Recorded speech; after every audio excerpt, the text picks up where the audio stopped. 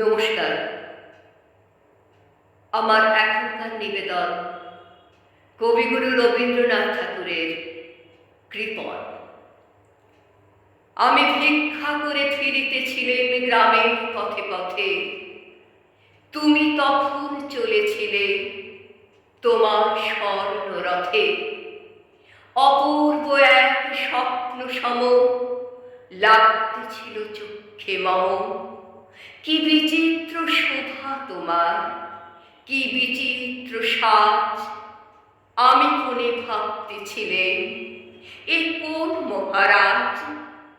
আজি শুভক্ষণে রাত পোহালো, ভেবেছিলেন তবে আজ আমারে দ্বারে দ্বারে ফিরতে নাহি হবে।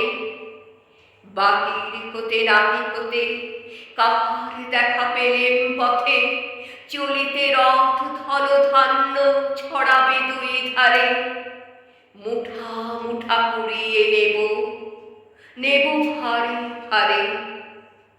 দেখি সহসা রথ থেমে গেল আমার কাছে এসে। আমার মুখ পানে চেয়ে নামলে তুমি হেসে। দেখে মুখের প্রসন্নতা জুড়িয়ে গেল সকল ব্যথা। হেন কালে কিসের লাগি তুমি অকস্মাৎ আমায় কিছু দাও গো, বলে বাড়িয়ে দিলে হাত। মরি, এ কি কথা রাজাধিরাজ, আমায় দাও গো কিছু। শুনে ক্ষণকালের তরে রইল মাথা নিচু। তোমার কি বা অভাব আছে ভিখারি ভিক্ষুকের কাছে? এ কেবল কৌতুকের বশে আমায় প্রবঞ্চনা। ঝুলি হতে দিলেন তুলে একটি ছোট কণা।